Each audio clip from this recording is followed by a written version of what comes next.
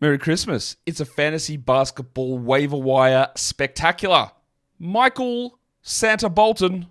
Thanks, Josh. It's Michael Bolton here, and it's time for another episode of the Locked On Fantasy Basketball Podcast. Let's get to it. Let's get to it, indeed. You are Locked On Fantasy, your daily NBA fantasy podcast. Part of the Locked On Podcast Network, your team every day. Hello and welcome to the Locked On Fantasy Basketball Podcast, brought to you by Basketball Monster. My name is Josh Lloyd, and don't mind me, I've just been spending the day deciding what side of the battle I'm on.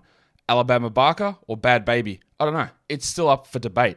I'm also the lead fantasy analyst at basketballmonster.com, and you can find me on Blue Sky, joshloyd.bsky.social, on Twitter at redrock_bball, on TikTok at redrock_bball, and on Instagram at Locked On Fantasy Basketball. Today's episode is brought to you by Game Time. Download the Game Time app, create an account, and use the code LOCKEDONNBA for $20 off your first purchase. Also, check out LockedOnDaily.com.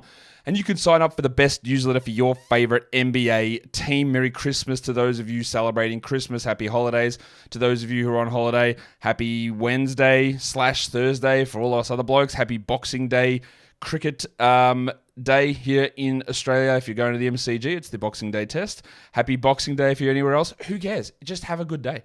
We're here to talk about the old fantasy basketball waiver wire. Christmas Day games are going on. The first game just finished, and that number one overall pick bust, Victor Wembanyama, struggled again. Just takes too many threes. He's too soft. I'm never going to get behind him again. Burnt me unbelievably, having him close at the number one debate. Just never going to happen. He's terrible. Let's talk waiver wire, though. That's what we're really here for at the moment. All right. We'll do it. Let's talk about the most added players over the last, differing periods of time, because that's how we do it here at the old Fantasy Basketball Show. That's not what this show is called. It's the Locked On Fantasy Basketball Podcast, isn't it? The most added player is, according to Basketball Monster, I'm using a 48-hour window, reporting window there. Number one is Trayce Jackson-Davis. 2 games in a row have been very good. The Warriors play on Christmas Day. It is a no-brainer ad. I don't know that it's going to last. Maybe it lasts 4. The foreseeable future, that's possible. Who knows? But if Jackson Davis gets 18 minutes, I don't care. If Jackson Davis gets 24 minutes, I care a lot. And that's happened 2 in a row. Let's do it. Let's add him. Cool. Noah Clowney, the second most added player, which is really interesting. It's been very intriguing from Clowney. I like Clowney a lot. He shot like 29% from 3 at Alabama. He was a player that I was very interested in college because he has that archetype of players. Let's be honest, I get a little bit gooey talking about these sort of players. Taylor Hendrickses, Tyler Smith, Noah Clowney.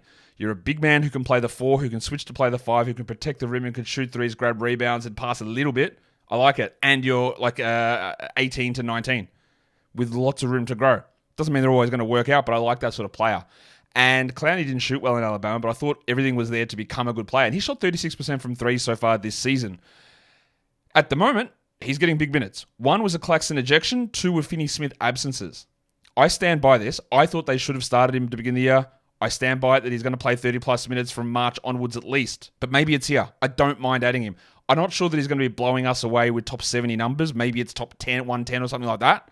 But I do think it's okay to take a look at. On Yahoo, which uses the less than 24-hour window reporting period, the added players there are guys that just play on Christmas, which is... I know Yahoo uses that a 24-hour period. I think it's relatively useless to be not... I'll say this. We when you use the roster percentage changer on Basketball Monster, we have variable numbers. You can choose between 1 hour and 48 hours. I would like, and maybe I'll talk to Ken about this, I would like that extended to 72. But I think 48 hours is a good sweet spot. I think under 24 hours is too small, and that's what Yahoo does, because it just shows you who's been added for one-day streams, which is what Juice McBride and Brandon Pajemski are. They're not longer-term ads or anything like this. They both just play on Christmas. Whereas Fantrax's defaulting period is 7 days, which is great for the NFL. It's terrible for basketball. So I think the best spot is going to be 48 to 72. Anyway, Juice McBride and Brandon Pajemski, the most added players on Yahoo. Okay, but that's just a Christmas ad. There's nothing long-term there. And then the interesting one on Fantrax, which, again, is a 7-day reporting period, which just goes to show how much this guy actually got added.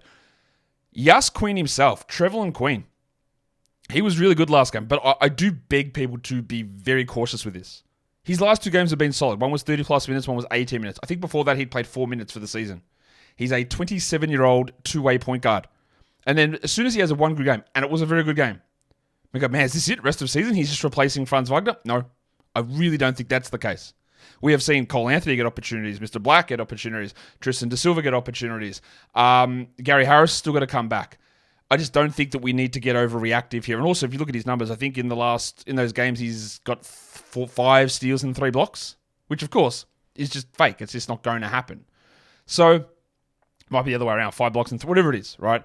Trevelyan Queen, it's chasey a little bit, but also the long-term viability of it's non-existent because Paolo's going to be back in a week. I don't know. Look, really soon. And then Harris is going to be there. Wagner's eventually returning. I've got no problem if you wanted to grab Queen and see where we go. But I think that maybe we're getting a little bit ahead of ourselves. The second most added player is Larry Nance on Fantrax. Which while Okongwu is out, he's playing well. Now, you'll notice that his production has gone down each game, which gives you the idea that we're going to get some bad ones coming up soon, probably, maybe, who knows. But it's not going to stay at the elevated level. But he's still doing enough, and we're seeing Capela's minutes pushed down while Nance is playing as well as he is, which I think is almost as interesting as anything else there.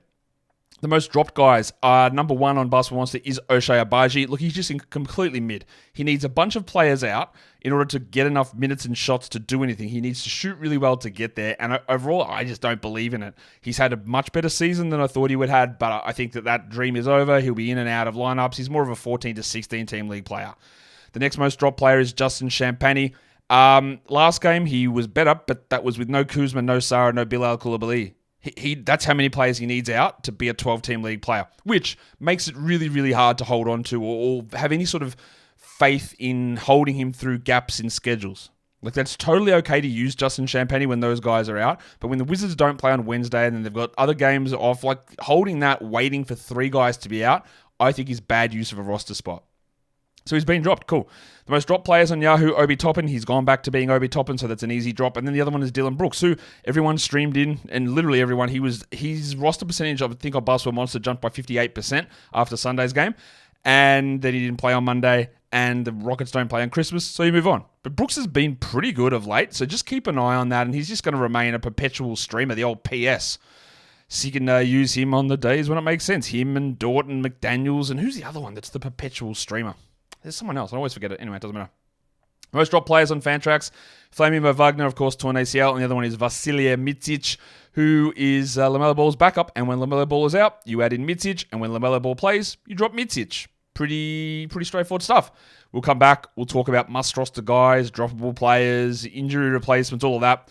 But today's episode is brought to you by Game Time. You know what time it is? Well, it is game time, of course, but it's also Christmas. And bringing people together across Christmas and the holidays is such an important thing, and it's such a fun thing for so many different people. And one of the ways to do that is going to see a live event, sporting event, musical event, theatre event, whatever it is. And Game Time is going to have the option for you there to get in there with Game Time picks, cut out the fluff, and find the best value tickets to take you and your friends, or even your enemies, to a live sporting event and get those great deals. It's not the only thing they do, of course. They've got the all-in pricing, which you can toggle on in the app. So there's no surprise fees at checkout. You just see the full price of the ticket bang up front. You've got all of the protection stuff, the event protection, event cancellation protection, the job loss protection. You've got the lowest price guaranteed section over there as well, so that if you find that same ticket somewhere else, you get 110% of the difference credited back to you. So take the guesswork out of buying tickets with Game Time. Download the Game Time app, create an account, and use the code LOCKEDONNBA for $20 off your first purchase. Terms apply. Again, create an account and redeem the code LOCKEDONNBA for $20 off. Download Game Time today. What time is it? Game time. Today's episode is also brought to you by Rocket Money. You know that you've got subscriptions. I've got subscriptions. We've got them to everything.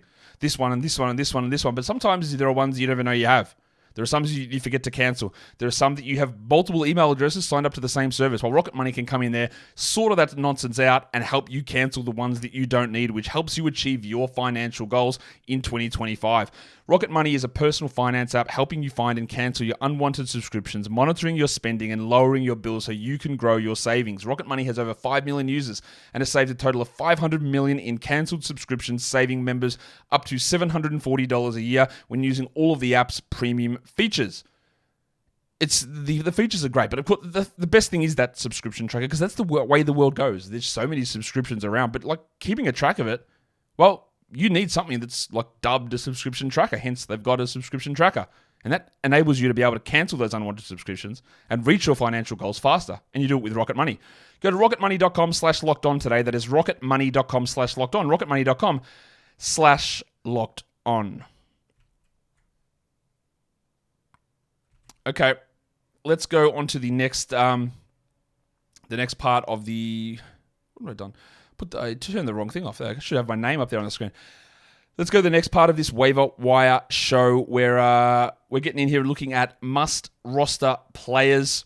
Again, I try to look at this through a shorter term, put the center in the wrong spot, a shorter term window. And that is like what's happening over the next couple of weeks. These guys are all under 50% rostered on Yahoo. So for some of you, just jog on. Just shut up. I don't care. If you're in a double Onyx, Diamond, Platinum, Titanium league, jog on. Do something else. Have a look down it and just marvel how big your package is. Because some people obviously aren't rostering these players. So I'm just going to run through them. If they're on your waiver wire, they just need to be rostered. Goga, the Dart, Badadze. Yeah, floor way up now. Last game, not ideal. Sprained an ankle, stayed in, got ejected. Wendell Carter took center minutes. That was frustrating. But yeah, he's got to be rostered. Ben Simmons. Yeah. For now, you do it. What happens later on? You know what? I actually don't care. You just roster Ben Simmons. If his back falls apart, if his knee falls apart, if his confidence falls apart, if they bring somebody else in, we don't care. Just use Ben Simmons right now. Simple. Yves Missi. I, as you're well aware, have a level of skepticism about what happens to Missi if and when Zion Williamson and Brandon Ingram play. His minutes are going to be cut. He's going to be less involved. I am 100% certain of that. But I also don't know when it's going to happen. Now, Missi continues, outside of the last game, to be a bit underwhelming to me. Last game was awesome. I'd love to see more of that. He just should be on rosters for now. Absolutely. Bilal Coulibaly is under 50% rostered on Yahoo, and that's because he had one of the coldest streaks you will ever see.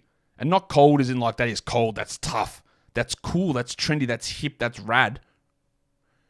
No, he just couldn't hit a single shot. But he's back now, and the shots are going in, and the usage is fine. It looks like he's regained confidence. So Bilal just roster him everywhere. I also do not fully believe in the upside of Ayo Dosunmu.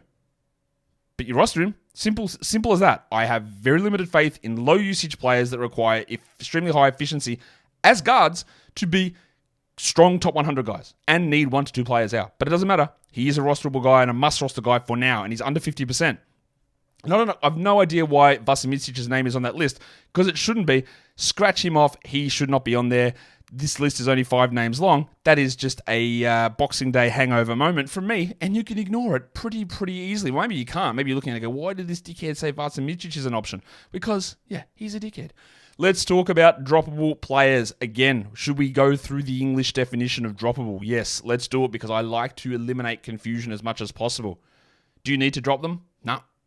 Do you have to? Absolutely not. Should you? That's up to you. Can you? Yeah, I believe you can. You don't have to.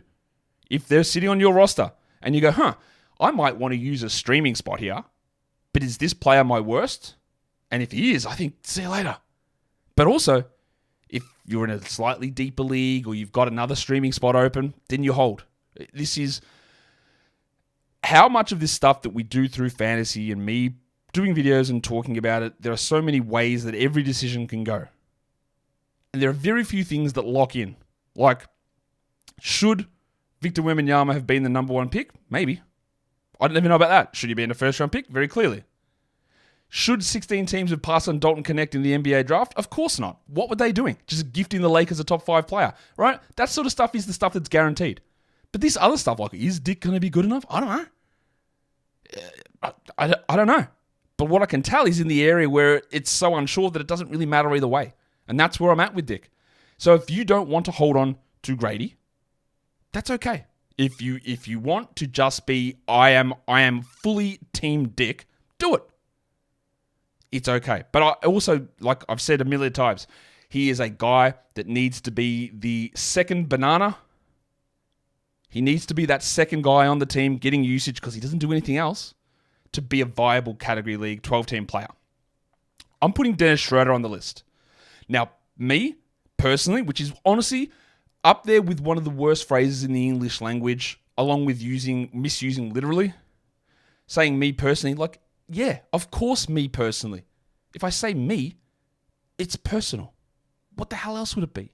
But I'm guilty of it. So me personally, I'm holding Dennis Schröder for one more game. But I have no patience. I don't believe he's going to be good. I didn't believe he was going to be good.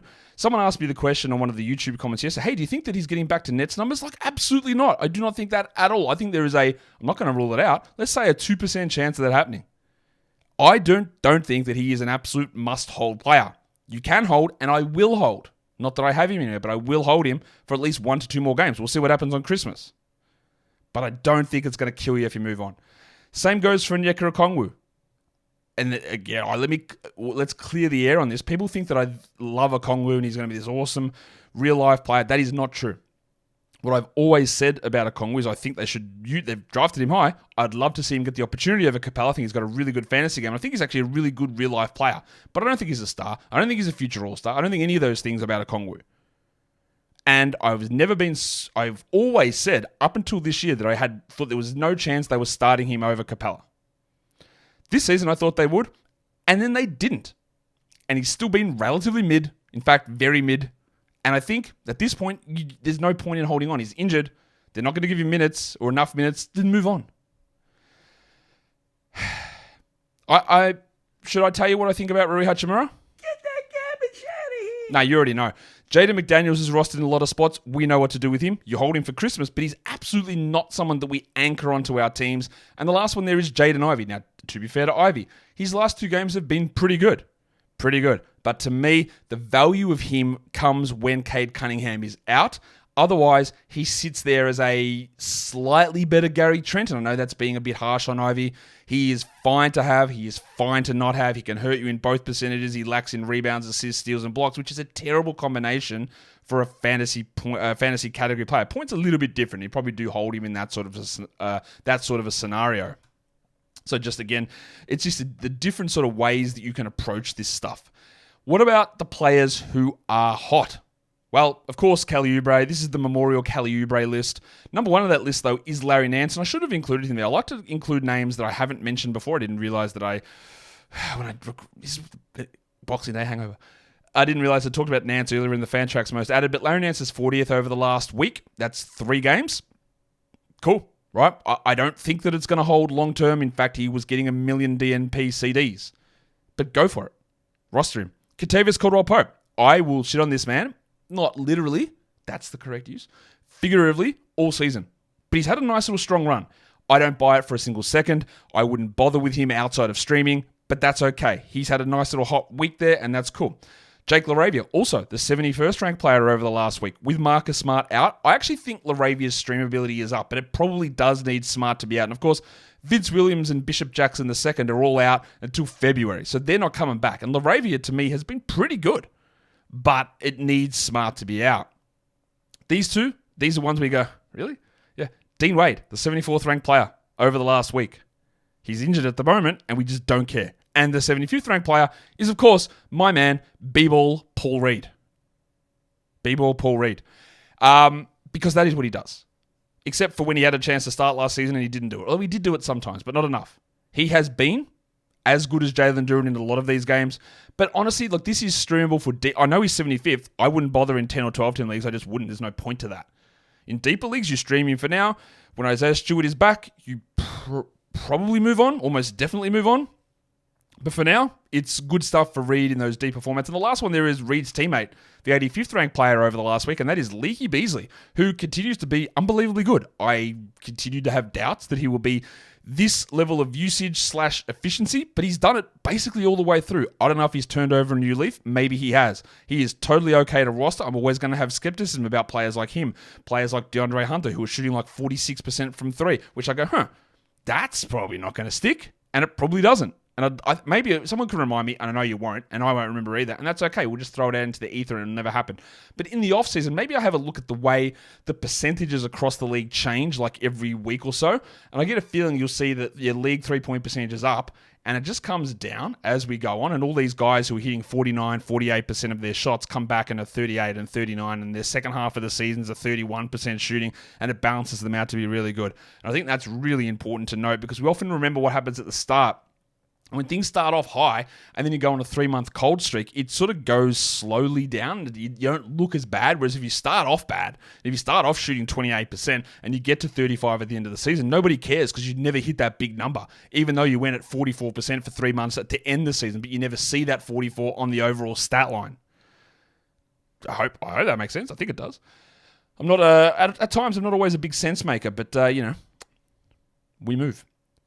Today's episode is brought to you by Robinhood. Yeah, Robinhood Gold. It tells you that you don't need a silver spoon to eat up the financial favors of the 1%. I don't even know if the 1% is accurate anymore. It's not even 1%. It's like the 0.05%. But that's okay because we don't need that silver spoon. Robinhood Gold has got our backs. Robinhood Gold allows others to get the rates and the perks usually reserved for the high society snobs. Now, that's my word. Now, the resourceful individual with Robinhood Gold can earn the very liberal rate of 4.25% APY on uninvested cash and be rewarded with a hardcore 3% retirement boost on IRA account contributions. Robinhood Gold provides the privileges of a high net worth for any net worth. These generous benefits are now available for only $5 a month. The new gold standard is here with Robinhood Gold. Sign up at robinhood.com/gold. Terms apply. For product-specific disclosures, visit robinhood.com/gold. Investing involves risk. Rate may change. Gold membership is offered by Robinhood LLC. Okay. We are about to get in here and talk about the rest of the waiver wire part of the show. And we'll talk about some injury plays. Who has been or who can benefit from current injuries. And I think we look at Jordan Hawkins, whose last game was excellent. This is more of a case. They play Thursday, Friday, the Pelicans. If Trey Murphy is out, then Jordan Hawkins becomes a stream guy. No Zion, no Ingram, maybe no Trey. Check on Herb as well because he did hurt his rib in the last game. So just keep an eye on that. And that will give you a little bit of a boost there for old mate Jordy Hawkins. So Jordan Hawkins, worth looking at in terms of a short-term one. If Jakob Poeltl remains sidelined in Toronto, then Chris Boucher was really good last game. Jonathan Mobo struggled a bit. They're not really pumping it into Kelly Olynyk. Any of those guys can be options, and it's what makes it really tough to nail down which one of those players we want to take a look at. But Boucher was solid enough. This is a Boucher, Olynyk, Mobo combination move. I will put in here, just because I want to do the voice, not really, but also Michael Potter is in there as well. With John Collins out the last game, Potter was really good. And if you want to use that, it's okay. Because they went with Potter over Filipowski. And if they're going to go with Potter over Filipowski, then you go with Potter over Filipowski. I don't know how long John Collins' hip injury is going to last. In fact, I'm pretty sure his hip injury might come and go all season. So just keep an eye on Potter. And if I mean anything that's 16 teams or deeper, let's not use 16 teams. Let's say 180 player deep. I'd be okay just grabbing him, sitting on him, seeing what he needs, seeing what he does. Not what he needs. What he needs is for me to get off him, I'm guessing, if I'm sitting on him. But otherwise, we just add Potter and we see where it goes. But it was interesting. As long as Brandon Miller is out, Cody Martin is worth a look. Is he going to score? No. Could he have 6, 5, and 4 with 2 steals and 2 blocks? Yes. And that is still really useful, but he's not going to score. But while Brandon Miller is out, the upside on Martin is enough to take a 12-team squiz at. And the same, I think, goes for Tristan Da Silva. I'm not super excited about Da Silva's overall fantasy game or his real-life NBA game, to be honest, but the last 3 games have been good. And what he is doing, and we know this team doesn't have players that can get up shots or shoot. There's no one there. So at the moment, they've said, all right, Mo Wagner's out, Franz is out, Paolo is out. Tristan, we're going to need something. And he's actually delivering. So if you're looking for a bit of a points and threes bump, Aravinda is doing it at the moment. I like it. When Paolo returns, I probably don't like it. But at the moment, Mr. Da Silva's cooking. I also like Tristan Da Silva, the name, how the D isn't capitalized. You can't see it there because I'm an all capital legend, but I like the lowercase D at the start of his name. I'm not as big of a fan of the big D. Royce O'Neal is the other one there because as long as Devin Booker and Grayson Allen are out, he's going to have to do a lot. Now, you know what Royce O'Neal can do? He can easily shoot 20%. Easily. He's burnt us a million times. But Royce O'Neal's opportunity is there, and often when we're talking about injury plays, it's about what is the right opportunity. What is the right chance? Where is this going? It's never going to work all the time. Never. I wish it would. It just doesn't. But at the moment, Royce's got a little bit of an opportunity to do some good stuff. What about some other names for us to talk about? We're going to talk about Steph Castle a little bit more, I'm guessing, on the recap show today, but to say that it is done with him is an understatement. Get that garbage out of here. Because also, remember, he is bad and the draft class is bad. Yeah. Yes. And a number 4 overall pick in this draft class doesn't mean anything. Neither does a number 3 pick or a number 2 pick or a number 1 pick. They don't mean anything at all. Castle is a name that people are holding on to. They're waiting. Again, people seem to think this guy has been good this season. I disagree. Move on. See ya. Christian Braun is a name that is worth bringing up because he hasn't been very good lately. He exceeded all of my expectations, and I was like, after the first game, I said, I don't think so. I don't believe in this guy. I wouldn't add him. And that was very wrong. Right? That was clearly wrong. 10 weeks later, he's showing why I thought that. Now, that again, it was wrong to say that I don't think he's a pickup. But he is just sort of falling back to a low-usage guy without the elite steals, blocks, and efficiency from earlier on, and I'm getting a little worried about where it fits here. I'm holding it for now, but I've got some skepticism. I also have extreme skepticism about Asar Thompson. I love Asar. He's not as good as a man, but it's just not going to happen. Not only did he have the whole issue across all of summer with the blood clot stuff, the delayed start to the season, there is no spot for him to play on the Pistons enough minutes for it to matter. It's not there. It does not exist, and you don't need to be holding Asar Thompson. Just move on. Bogdan Bogdanovic is an interesting name because last season, very good. Unbelievably good. And the thought was that DeJounte Murray leaving would mean that he would need to do a lot, but in fact, he's doing less because Dyson Daniels is doing that. Zach Ricochet is there. We're getting more DeAndre Hunter. At the moment, the big red flag to me is that instead of 29 minutes or 30 minutes from Bogdan, he's playing 26, and that's not enough. His assists have also not jumped. His shooting is iffy. He's had injuries. I don't think, as much as I love Bogdan Bogdanovic, I don't think we hold him. I think he moves on. Another rookie, Donovan Clingan. 12-minute-a-night legend, my guy, that is not holdable. Except in certain spots. As always, look at your own individual circumstances and consult your own financial advisor to see whether Donovan Clingan is right for you. Because in 13 minutes a night, he's not good enough. He's not. He is Walker Kessler-ish. Rebounds, blocks. That's it. I'm not even sure about field goal percentage with Clingan, honestly, because he takes a few threes. But I'm going to need to see more than 15 minutes. And last game, Rob Williams was out. There's going to be things that happen. The snowman's going to go out. Williams will be hurt, traded, whatever. And Clingan will have opportunities, but when? The last name there is Tari Eason, and I am getting worried about Tari Eason. I'm worried about the leg injury. This is not management. It's been like a week and a half of management. That's a re-injury. That's a real problem. And the problem that I have with that is that it wasn't an injury last season. It was a tumor. And that's scary, yeah? So I'm very worried about, like, if this was like he had an ankle issue or a broken leg or something, you'd be like, okay, it's flared up. But the fact that they're saying they're managing his leg injury, which again wasn't an injury, it was a tumor, is very worrying. I will hold Tari for now, but I reckon we're 2 or 3 more missed games away from me saying just move on. Because if this is lingering that long, that means they're going to be extra cautious with his minutes when he comes back, and he'd already been trending downwards anyway. So maybe it's Tari not this season again. Maybe. And that, all of you guys, is a waiver wire show on Christmas. So, as you guys are here and you are enjoying the day, I hope, go ahead and hit the old thumbs up on the video and leave your comments down below. But more importantly, enjoy the day. Enjoy yourself. And as RuPaul would say, how are you going to love somebody else? What's he say? How are you going to love somebody if you're not even going to love yourself? I don't know. Can I get an amen up in this bish? Guys, what the fuck? We are done here. Thank you so much for listening, everyone. Hey, that one's for all of you who say that I never laugh. Don't say it again. See ya.